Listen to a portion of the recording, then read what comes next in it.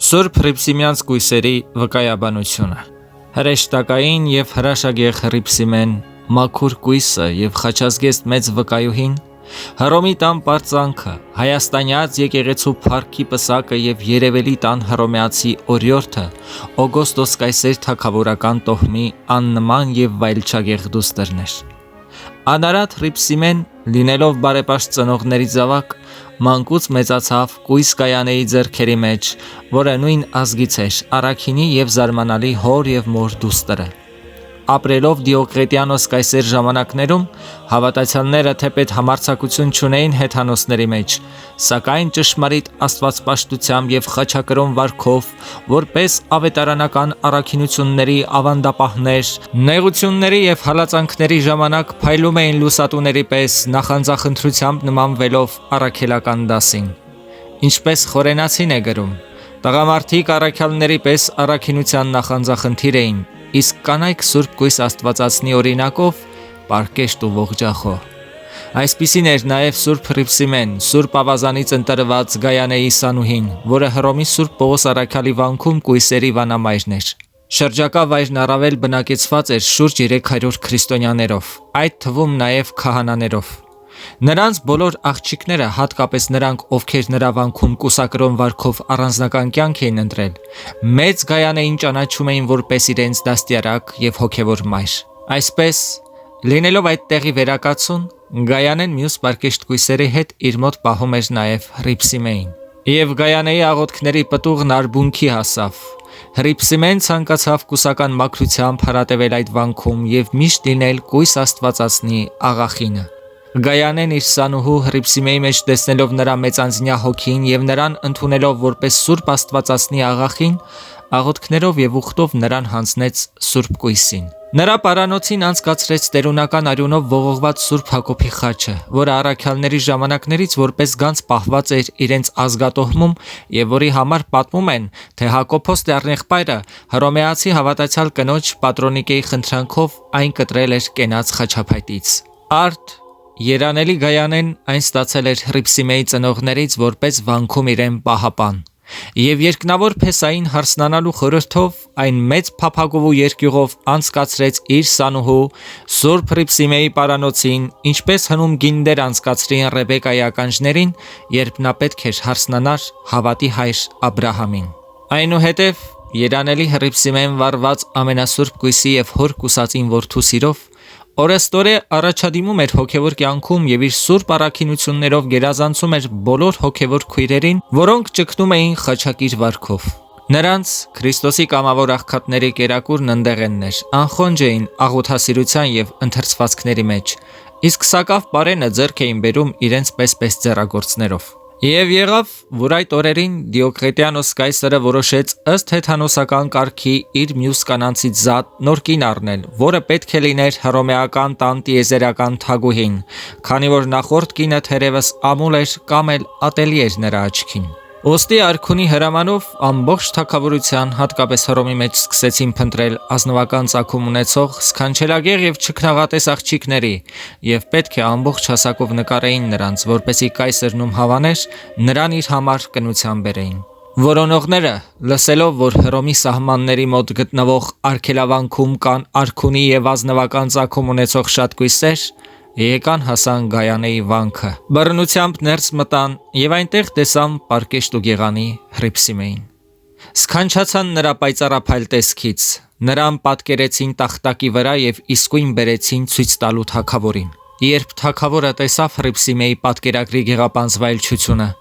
համակվեց նրա սիրով և անհապաղ օր սահմանեց հարսանյաց ուրախություն անելու համար։ Եվ շուտափույթ խնդրանքներ ու պատվիրակներ ուղարկեց բոլոր երկրների գլխավոր իշխանների մոտ, որ ամենքը ընծաներով գային կայսերական դուռը և ըստ թագավորական օրենքների մասնակցեին հարսանեկան տոնակատարությանը։ Եվ երբ մաքուր աղավնիների երամը, սուրբ կույսերի գունդը, տեսավ թշնամու գաղտնաձիգ նետերը, որոնք միշտ ծածուկ արձակում են քրիստոսասեր սուրբերի վրա, հասկացան, որ դրանք չար բանսարկուի դավերն են, որոնցով նա կամենում է քանդել սրբասեր անձանց կուսության ուխտը և մեծ սուգով պատվեցին։ Երանելի Գայանեն, նրա առաքինասեր սանուհին Հռիփսիմեն և իրենց սրբակրոն ընկերները, հասկանալով, թե ինչ պիտի կատարվի, հույժ տագնապեցին։ Հիշելով Սուրբ Ուխտը եւ իրենց ընտրած օրինավոր կրոնի սրբությունը, մեծ ողբով եւ հառաչանքներով ապավինեցին աղոթքին եւ խնդրեցին բազումողորմ Աստծուց, որ անարած Սուրբ Կույս Տիրամոր բարեխոսությամբ փրկի իրենց առաջիկա փորձություններից։ Աղոթում էին ասելով. Տեր, օգնիր մեզ այս պատերազմում, որ փրկվենք թշնամու որոկայթներից, թող փառավորվի քո անունը, Տեր, եւ արժանացրու մեզ քո պատվիրանները պահողների հետ հասնել քո արքայության օթևանները, թող չպակասի մեր լապտերների յուղը եւ չմարեն մեր Սուրբ Ուխտի եւ հավատքի ճրագները, թող կորստյան տխուր գիշերը չհասնի մեր լուսավոր ճանապարհներին, մեր ոտքերը չշեղվեն քո լուսագնաց շավիղներից եւ մեր աչքի բիբերը չկուրանան քո ճշմարտության զվարթարար ճառագայթներից, թող մահատարած թրջունը չհափշտակի կենաց բույսի սերմերը, որ մեր մեջ սերմանեց քո միածին որդին, մեր Տեր Հիսուս Քրիստոս, թող ապստամբ գազանը չվերացնի քո սուրբ հոտի արթնությունը, ապականիչ գայլը չհաղթի քո գառներին, եւ մեր ուխտի թշնամին չցրի քո առաքելական սուրբ եկեղեցու ոչխարներին։ Այս բոլոր աղոթքներն ու պաղատանքներն ի սրտե առ Աստված ուղղելով եւ փրկություն հոսալով, իրենց հանձնեցին Աստծո ձեռքը։ Ապա Սուրբ Հոգու թելադրանքով Սուրբ Գայանեն, Հռիփսիմեի, մյուս պարկեշտ անձանց եւ մի քանի քահանաների հետ հեռացան, փախուստ տալով, որպեսզի իրենց անձերը սրբությամբ պահեն մեղսաթաթավ, մեղանչական, անօրեն ու դիվական մարդկանց խառնակությունից եւ արժանի լինեն հասնելու կենդանության հույսին եւ հարության լույսին։ Եվ այդպես մոտ 70 հոգով պատրաստվեցին հեռանալ Հռոմից դեպի հեռավոր մի երկիր։ Տերը հաջողություն տվեց նրանց ճանապարհին, որովհետև կային պատրաստ նավեր, որ պիտի ուղղվեին դեպի Ալեքսանդրիա։ Իրենց կայքից, որ մերձ էր Տիբերիս գետին, նավեցին դեպի Եգիպտոս։ Ծպտված անծանոթ կերպարանքներով փախուստ տվեցին, ուր Տերը կառաջնորդեր իրենց, քանզի լավ համարեցին տարաշխարհիկ օտարությամբ շրջել օտար երկրներում եւ մարմնով վտանգի ենթարկվել, քան թե հեռանալ երկնավոր Փեսայի սուրբ սիրուց։ Իրենց անձերը պատրաստեցին բանտի, կապանքների ու պատիժների, մահվան ու սաստիկ նեղությունների, որպեսզի արժանանան արդարության պսակներին։ Այդպես թողեցին իրենց ծննդավայրը, ինչքն ունեցվածքը, ազգականներին ու տոհմակիցներին, վերցրին Տիրոջ խաչը ու գնացին Տիրոջ հետևից, ով իրենց առաջնորդում էր դեպի արևելք, որտեղ նրանց միջոցով պիտի ծագեր իր փառքի լուսավորությունը։ Եկան Ալեքսանդրիա, բայց քանի որ անծանոթ էին երկրին, շրջեցին այլևայլ տեղերում եւ որոշեցին նախ անցնել Երուսաղեմ, այցելելով Աստվածակող քաղաքը եւ տնօրինական վայրերը։ Բնակավայրերին մոտ տեղերում բաժանվում էին միմյանցից, իսկ ամայի վայրերում իրար միանում, մինչև որ կգտնեին մի ապահով տեղ, ուր ազատ կլինեին Հռոմի ինքնակալության ահից։ Հասնելով Պաղեստին, մտան Բեթլեհեմի այրը եւ այնտեղ աղոթեցին ամենօրհնյալ Սուրբ Կույսին, որ օգնի իրենց, բայց առավելապես Հռիփսիմեին, որը մանկուց իր աղախինն էր, վտանգի մեջ էր ու փախուստի մատնված։ Մոտենալով Գեթսեմանիին, ուր Աստվածամոր գերեզմանն էր, երանելի Գայանեն աղոթեց ասելով. Տեր Աստված, դու առաքեցիր քո միածին որդուն, որ եկավ եւ ողջ աշխարհը լցրեց քո իմաստության հոգով, որպիսի ամենքին Աստվածատես դարձնի նոր Իսրայելում։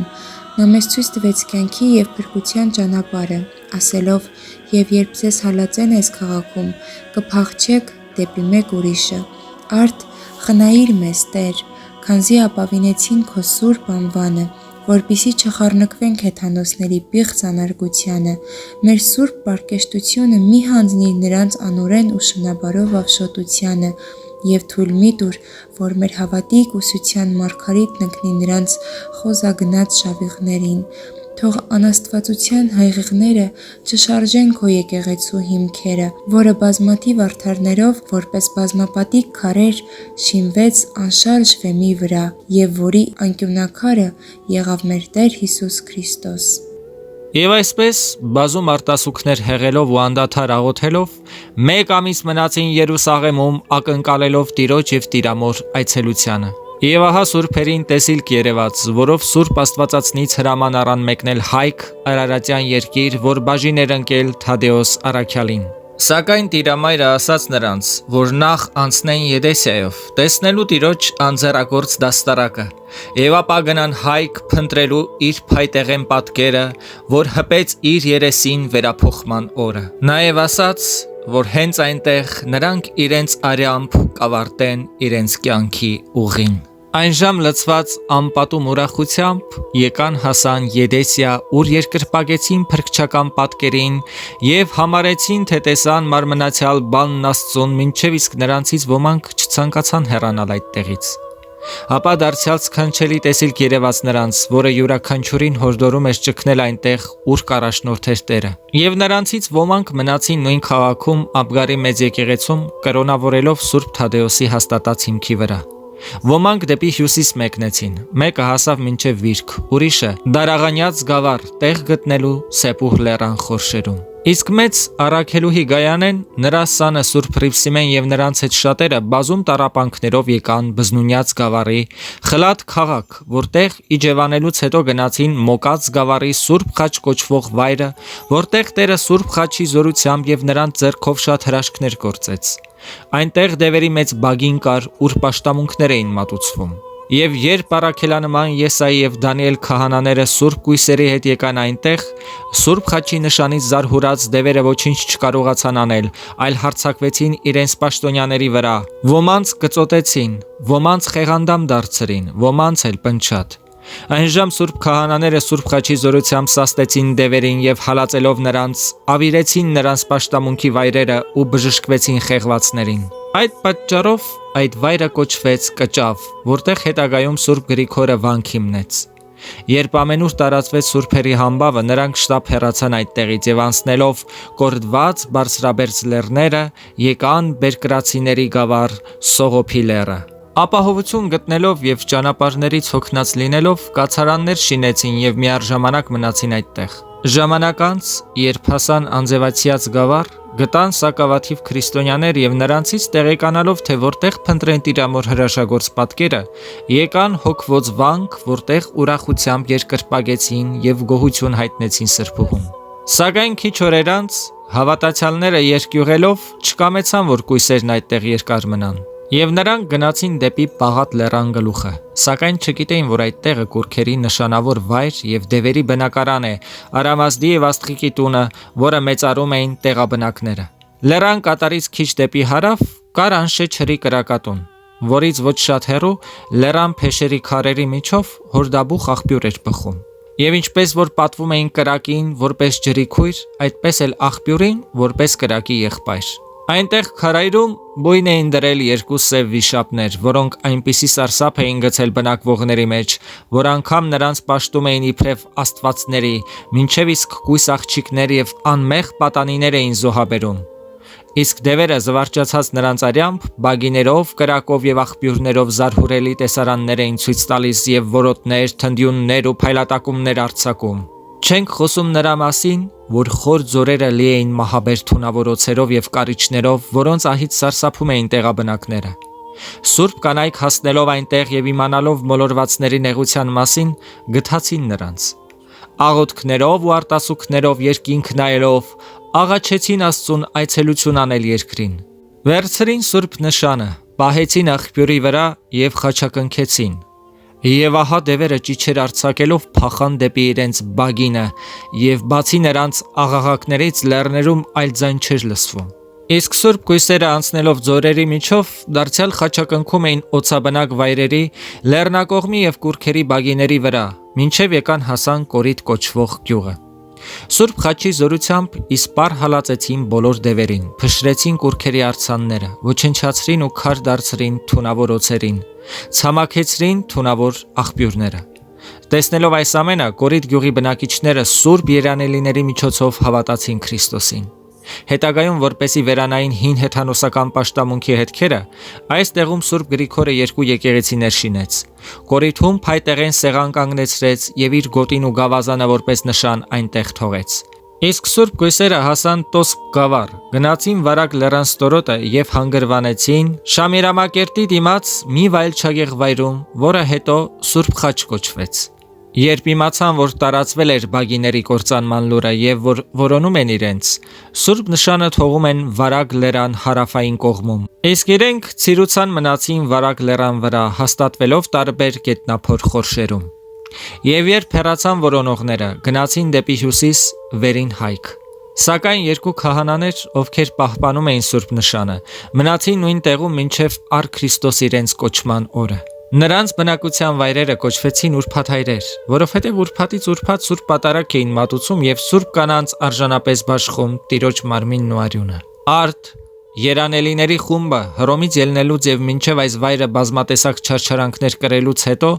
բազմաթիվ ճանապարհներ հատեց։ Գրեթե կիսով չափ այս ու այն կողմ ցրվելով մնացին 35 հոգի եւ Սուրբ Հռիփսիմեի Գայանեյու 3 քահանաների հետ եկան հասան բուն Արարատյան աշխարհ եւ դադար առան Վաղարշապատ արքայանիստ քաղաքի մոտ, որը նաեւ նորաքաղաք է կոչվում։ Այնուհետև գնացին եւ հաստատվեցին Այգեստանների հնձաններում, որոնք գտնվում էին հյուսիս-արևելյան կողմերում։ Սնվում էին իրենց ունեցվածքը քաղաքում վաճառելով, չունեին իրենց հետ ապրուստի միջոց։ Միայն թե նրանցից մեկը գիտեր ապակեգործության արհեստը, որով պատրաստում էին ապակյա ուլունքներ եւ դրանք վաճառելով հոգում իրենց ապրուստի ու պարենի կարիքները։ Եվ այդպես տարաշխարիկ եւ պանդուխտ լինելով բավարարվում էին իրենց չնչին վաստակով։ Տեսնելով նրանց, անցորդները զարմանում էին այդ անծանոթ օտարականների վրա, սակայն շատ չանցած ամենահայտնի եղավ։ Քանզի երբ նրանք հեռացան Հռոմի սահմաններից, անմիջապես տեղեկացրին Դիոկլետիանոս կայսրին, թե կույսերի մայր Գայանեն գաղտնաբար հեռացել է Հռիփսիմեի հետ, ում ընտրել է իր հարսնության համար։ Դիոկլետիանոսը հույժ խռովեց եւ սուրհանդակներ ուղարկեց փնտրելու նրանց մոտակա եւ հեռավոր բոլոր տեղերում, եւ երբ չկարողացավ գտնել, ցասումը թափեց Գայանեի վանքի այլ քույրերի վրա եւ նրանց բոլորին սպանել տվեց։ Ապա լուր հասավ նրան, թե կույսերը գնացել են նախ Ալեքսանդրիա, ապա անցնելով Պաղեստինը եւ Միջագետքը եկել են հայոց աշխարհ։ Եվ մինչ Հռիփսիմյան կույսերը դադար էին առնում Վաղարշապատի այգեստաններում, Դիոկլետիանոս կայսեր պատգամավորները եկան հայոց Տրթատ թագավորի մոտ, որ նստում էր Վաղարշապատ քաղաքում, եւ նրան հանձնեցին կայսեր հրովարտակը հետեւյալ բովանդակությամբ. Ինքնակալ կայսր Դիոկլետիանոսից մեր սիրելի եղբայր եւ աթոռակից Տրթատին ողջույն։ Թող ի գիտություն լինի քո եղբայրությանը եւ մեր նիզակակցին այն չարիքների մասին, որ ամեն օր մեզ են հասնում Խաբեբա քրիստոնյաներից, քանզի մեր տերությունն անարգվում է նրանց ուխտի կողմից եւ ոչ մի համեստություն չկա նրանց մեջ։ Պաշտում են ոմն խաչալի, երկրպագում են փայտին, պատվում են մեռածների ոսկորները եւ Աստծո սիրո համար մահը փառք ու պատիվ համարում։ Նրանք դատապարտելի են մեր արդար օրենքներով, որովհետև դառնացրին մեր նախորդ թագավորներին։ Բթացան մեր սրերը, սակայն նրանք չզարհուրեցին մեռնել, քանզի մոլորված են հետևելով ոմն խաչալ հրեայի։ Ուսուցանում են անպատվել թագավորներին եւ անարգել կուրքերի արձաններին։ Ողջ աշխարհին հեռացրին աստվածների պաշտամունքից եւ անգամ կանանց տղամարդկանցից եւ տղամարդկանց կանանցից։ Եվ թեպետ մատնեցինք տեսակ պատուհասների ու տանջանքների, սակայն նրանց արյան հեղումով իրենց աղանդն առավել ծաղկեց ու տարածվեց։ Պատահեց, որ նրանց մեջ մի գեղանի կույս տեսա եւ կամեցա նրան կնության առնել, բայց ահա խորամանկությամբ նրան փախցրին ինձնից։ Նա ոչ միայն չփափագեց ինձ որպես թագավորի, այլև չվախեցավ իմ սպառնալիքներից։ Իրենց աղանդի պատճառով ինձ գարշելի ու պիղծ համարեցին եւ սնուցիչ դայակի հետ նրան գաղտնաբար ձեր տերության կողմերն ուղարկեցին։ Արդ Փութաջան եղիր եղբայր, որպեսզի կարողանաս նրանց հետքը գտնել եւ նրա հետ եղողներին դայակով հանդերձ վրիժառությամբ մահվան մատնել, իսկ այն չքնաղագեղ կույսին այստեղ ինձ մոտ ուղարկել։ Սակայն եթե նրա գեղեցկությունը քեզ հաճո թվա, պահիր նրան քեզ մոտ, քանզի նրա նմանը չգտնվեց ողջ հունած աշխարհում։ Ողջ եղիր աստվածների օգնությամբ եւ ամենայն պատվով։ Երբ ընթերցեցին սույն հրովարտակը, Տրթատն իսկույն հրաման տվեց, որ իր իշխանության բոլոր սահմաններում Փութաջան որոնեն նրանց, քանզի տեղյակ չէր, որ Հռիփսիմյանց կույսերն իր մայրաքաղաքի մոտ են գտնվում։ Շուտապույտ սուրհանդակներ ուղարկեց տարբեր կողմեր, որպեսզի ուր էլ որ գտնվեն, անմիջապես մեջտեղ բերեն, իսկ գտնողներին խոստանում էր հատուցել մեծամեծ պարգևներով։ Եվ մինչ հայոց աշխարհի սահմաններում որոնումների իրարանցման մեջ էին, Սուրբ Գույսերը եկան թաքնվեցին արքայական նստավայրի մոտ նույն թագավորանիստ Վաղարշապատ քաղաքում, սակայն շուտով որոնումներով նրանք հայտնի դարձան։